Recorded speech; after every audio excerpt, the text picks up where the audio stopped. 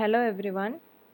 കഴിഞ്ഞ ദിവസം നമ്മൾ പറഞ്ഞപ്പോൾ സ്റ്റോക്ക് മാർക്കറ്റിൽ റിസ്ക് മാനേജ്മെൻറ്റിൻ്റെ പ്രാധാന്യത്തെപ്പറ്റി നമ്മൾ സംസാരിക്കുകയുണ്ടായി. അതിൽ സ്റ്റോപ്പ് ലോസിൻ്റെ ഇമ്പോർട്ടൻസിനെ പറ്റി ഞാൻ എടുത്തു പറയുകയും ചെയ്തു. അപ്പോൾ റിസ്ക് മാനേജ്മെൻറ്റിൻ്റെ നെക്സ്റ്റ് ലെവലായിട്ട് നമുക്ക് പഠിക്കാനുള്ളത് പൊസിഷൻ സൈസിങ് എന്താണെന്നാണ്. What is position sizing?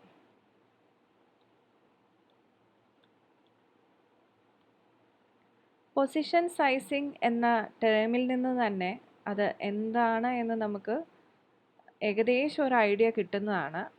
But even though you need to understand this തറലി.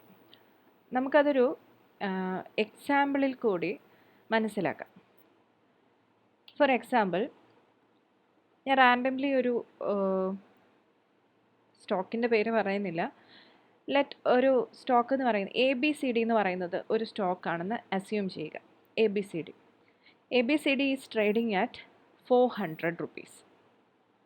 Okay, ഞാൻ അതിന് കൺസിഡർ ചെയ്യുന്ന സ്റ്റോപ്പ് ലോസ് എന്ന് പറയുന്നത് 4 points ആയിരിക്കും. അതായത് ABCD ഇപ്പോൾ ട്രേഡ് ചെയ്യുന്ന പ്രൈസ് എന്ന് പറയുന്നത് 400 ആണെന്ന് നമ്മൾ പറഞ്ഞു. അപ്പോൾ സ്റ്റോപ്പ് ലോസ് കൺസിഡർ ചെയ്യുന്ന 4 ആണെങ്കിൽ ABCDയുടെ സ്റ്റോപ്പ് ലോസ് പോയിൻ്റ് എന്ന് പറയുന്നത് എത്രയായിരിക്കും? It will B 396. 400ൽ നിന്ന് 4 മൈനസ് ചെയ്യുന്ന point 400 minus 4, that will B 396 ആയിരിക്കും ABCDയുടെ സ്റ്റോപ്പ് ലോസ് എന്ന് പറയുന്നത്. അണ്ടർസ്റ്റുഡ് ആണല്ലോ? സോ നമ്മൾ നേരത്തെ കഴിഞ്ഞ വീഡിയോയിൽ പറഞ്ഞതുപോലെ എൻ്റെ റിസ്ക് പെർ ട്രേഡ് എന്ന് പറയുന്നത് 500 rupees ആയിട്ട് ഞാൻ കൺസിഡർ ചെയ്യുകയാണ്. Risk per trade will be 500. So ഞാൻ എത്ര ക്വാണ്ടിറ്റി ട്രേഡ് എടുക്കണം? നിങ്ങളിത് കാൽക്കുലേറ്റ് ചെയ്തിട്ടാണോ നോർമലി ഒരു ട്രേഡിലേക്ക് എൻ്റർ ചെയ്യുന്നത്? നിങ്ങളിങ്ങനെ ഈ രീതിയിൽ കാൽക്കുലേറ്റ് ചെയ്തല്ല ഒരു ട്രേഡിലേക്ക് എൻട്രി എടുക്കുന്നതെങ്കിൽ നിങ്ങൾ ചെയ്യുന്ന എന്താ പറയുക, അത് ഒരു ശരിയായ കാര്യമാണെന്ന് പറയാനായിട്ട് സാധിക്കില്ല. നമുക്ക് ഓൾറെഡി ഒരു ഐഡിയ വേണം, നമ്മൾ ഇതിനനുസരിച്ച് വേണം ട്രേഡ് എടുക്കാനായിട്ട്. ഈ റിസ്ക് പെർ ട്രേഡ് എന്ന് പറയുന്നത് ഞാൻ കഴിഞ്ഞ ക്ലാസ്സിൽ പറഞ്ഞതുപോലെ തന്നെ ഇത് നിങ്ങൾക്ക് ഡിസൈഡ് ചെയ്യാം, 500 വേണോ 1000 വേണോ എന്നൊക്കെ ഉള്ളത്.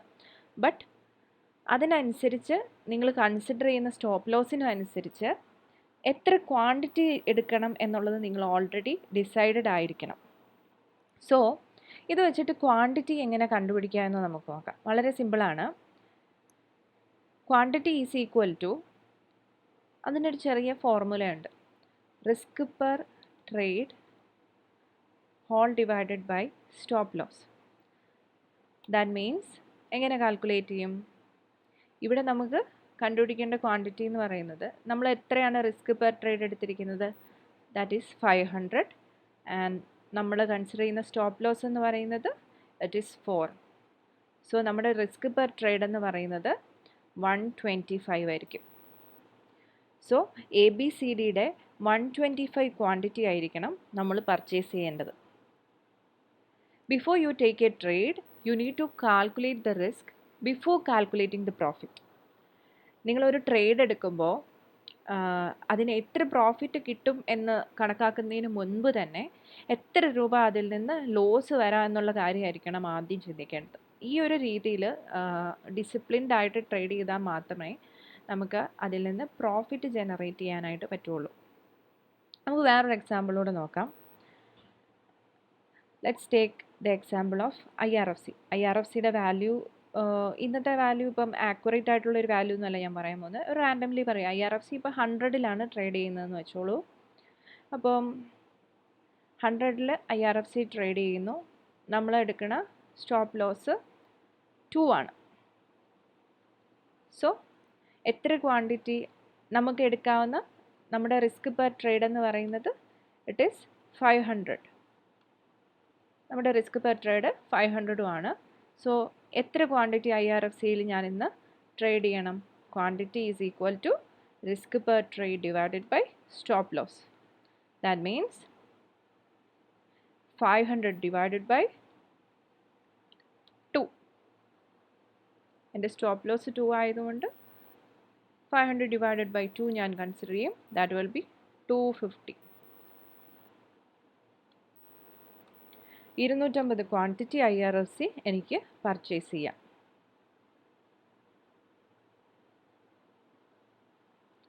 അണ്ടർസ്റ്റുഡ് ആണല്ലോ.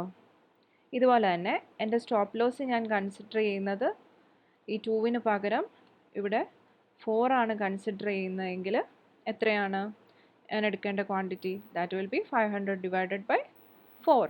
That is equal to 125. അല്ല, ഞാൻ കൺസിഡർ ചെയ്യുന്ന സ്റ്റോപ്പ് ലോസ് എന്ന് പറയുന്നത് 5 ആണെങ്കിൽ 500 ഡിവൈഡഡ് ബൈ 5 ഞാൻ എടുക്കേണ്ട ക്വാണ്ടിറ്റി എന്ന് പറയുന്നത് 100. ക്ലിയർ ആണല്ലോ. ഞാൻ വേറൊരു ചോദ്യം ചോദിക്കാം.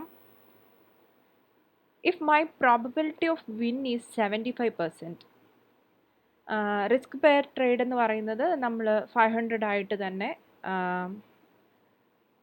സെറ്റ് ചെയ്യുകയാണെങ്കിൽ, assuming my target is equal to or more than my risk, ഞാൻ പ്രോഫിറ്റിലായിരിക്കുമോ? Will I be in profit? മനസ്സിലായോ ഞാൻ ചോദിച്ചത്? If my probability of win is 75%, അതായത് ഞാൻ എടുക്കുന്ന 4 ട്രേഡിൽ 3 എണ്ണവും സക്സസ്ഫുൾ ആണ്, ആൻഡ് റിസ്ക് പെർ ട്രേഡ് എന്ന് പറയുന്നത് ഈസ് കെപ്റ്റ് സെയിം ആയിട്ട് തന്നെ ഞാൻ കൺസിഡർ ചെയ്യുകയാണ്. ഈ കേസിൽ നമ്മൾ 500 ആണ് എടുക്കുന്നത്. എൻ്റെ ടാർഗറ്റും ഞാൻ കൺസിഡർ ചെയ്യുന്ന ടാർഗറ്റ് എന്ന് പറയുന്നത് it will be equal to അല്ലെങ്കിൽ എന്താണ് greater than or equal to my റിസ്ക്കുമാണ്. ആ ഒരു കേസിൽ will I be in profit? ഞാൻ പ്രോഫിറ്റിലായിരിക്കുമോ? നിങ്ങളാണ് ആൻസർ ചെയ്യേണ്ടത്. ഒന്ന് ആലോചിച്ച് നോക്കൂ. ഈ കേസിൽ ഞാൻ ഓരോ കേസിലും എൻ്റെ റിസ്ക് പെർ ട്രേഡ് എടുത്തിരിക്കുന്നത് 500 ആണ്. അതിൽ ഞാൻ ഒരു 4 ട്രേഡ് എടുത്തെന്ന് വെച്ചോ, അപ്പോൾ എൻ്റെ 3 ട്രേഡ്സും സക്സസ്ഫുൾ ആണ്, 75% സക്സസ്ഫുൾ ആണ്. ഒരെണ്ണം ഞാൻ ഫെയിലായി. ദെൻ ഞാൻ പ്രോഫിറ്റിലായിരിക്കുമോ?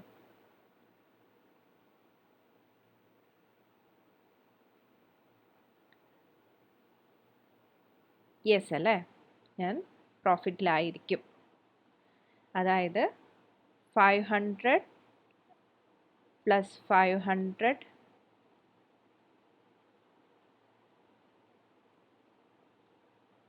പ്ലസ് 500 1:1 എന്നുള്ള റിസ്ക് റിവാർഡിൽ നമുക്ക് കൺസിഡർ ചെയ്യാം. ദാറ്റ് വിൽ ബി എൻ്റെ 3 ട്രേഡ്സ് സക്സസ്ഫുൾ ആണെങ്കിൽ എനിക്ക് 1500 കിട്ടും.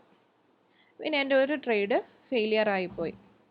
അപ്പോൾ എന്ത് പറ്റും? ഈ 1500 എനിക്ക് കിട്ടിയതിൽ നിന്ന് ഒരു 500 നമുക്ക് റെഡ്യൂസ് ചെയ്യാം. അപ്പോൾ എൻ്റെ 4 ട്രേഡ്സും കംപ്ലീറ്റ് ആയി. ദാറ്റ് വിൽ ബി എനിക്ക് കിട്ടിയതെന്ന് പറയുന്നത് 1000 രൂപയായിരിക്കും. പിന്നെ ബ്രോക്കറേജും ബാക്കി ചാർജസും എല്ലാം കൂടെ നമുക്കൊരു 200 കൺസിഡർ ചെയ്താൽ പോലും 800 റുപ്പീസ് എനിക്ക് ലാഭമായിരിക്കും. ഒരു കൺസെപ്റ്റ് മനസ്സിലായി എന്ന് ഞാൻ വിചാരിക്കുന്നു. എക്സാക്റ്റ് ഫിഗേഴ്സ് അല്ല ഈ പറയുന്നത്, ബട്ട് ഓവറോൾ ആ ഒരു ഐഡിയയാണ് ഞാൻ ഉദ്ദേശിക്കുന്നത്. സോ ഞാൻ ഇനി ഒരു ചോദ്യം ചോദിക്കാം. നമ്മളിപ്പം മുകളിൽ പറഞ്ഞ 2 സ്റ്റോക്ക്, ഒന്ന് ഏതായിരുന്നു? ABCDയും ഗ്രാന്യൂൾസും. ABCD ഇപ്പോൾ ട്രേഡ് ചെയ്യുന്നത് എത്രയിലാണ്? 400-ലാണെന്നാണ് പറഞ്ഞത്. സോറി, ABCDയും IRFC ആണ് നമ്മൾ പറഞ്ഞുകൊണ്ടിരുന്നത് അല്ലേ? അപ്പം ഞാനൊരു ചോദ്യം ചോദിക്കാം. ABCD is trading at 400 and IRFC is trading at 100 അല്ലേ? Suppose my SL is 2. SL is 2 in both trades. ഈ 2 ട്രേഡിലും ഞാൻ എൻ്റെ SL എന്ന് പറയുന്നത് 2 ആയിട്ടാണ് കൺസിഡർ ചെയ്യുന്നത്. So how many quantity I have to buy for both? ഇതാണ് എൻ്റെ ചോദ്യം. ഇതിൻ്റെ ആൻസർ എല്ലാവരും ഒന്ന് കമൻറ്റ് ചെയ്യണം കേട്ടോ. ABCD 400-ലും IRFC 100-ലും ട്രേഡ് ചെയ്യുന്നു. രണ്ട് കേസിലും ഞാൻ കൺസിഡർ ചെയ്യുന്ന സ്റ്റോപ്പ് ലോസ് എന്ന് പറയുന്നത് 2 ആണ്. രണ്ടും ഞാൻ എത്ര ക്വാണ്ടിറ്റി വെച്ച് പർച്ചേസ് ചെയ്യണം എന്നുള്ളത് പ്ലീസ് ടു കമൻറ്റ്. ആൻഡ് ഇപ്പോൾ ഈ പറഞ്ഞ ടോപ്പിക്ക് നിങ്ങൾക്ക് മനസ്സിലായി, അല്ലെങ്കിൽ ഞാൻ ഈ രീതിയിൽ ക്ലാസ്സസ് കണ്ടിന്യൂ ചെയ്യണം എന്നുണ്ടെങ്കിൽ ജസ്റ്റ് ഒന്ന് ഇൻഫോം ചെയ്യുക.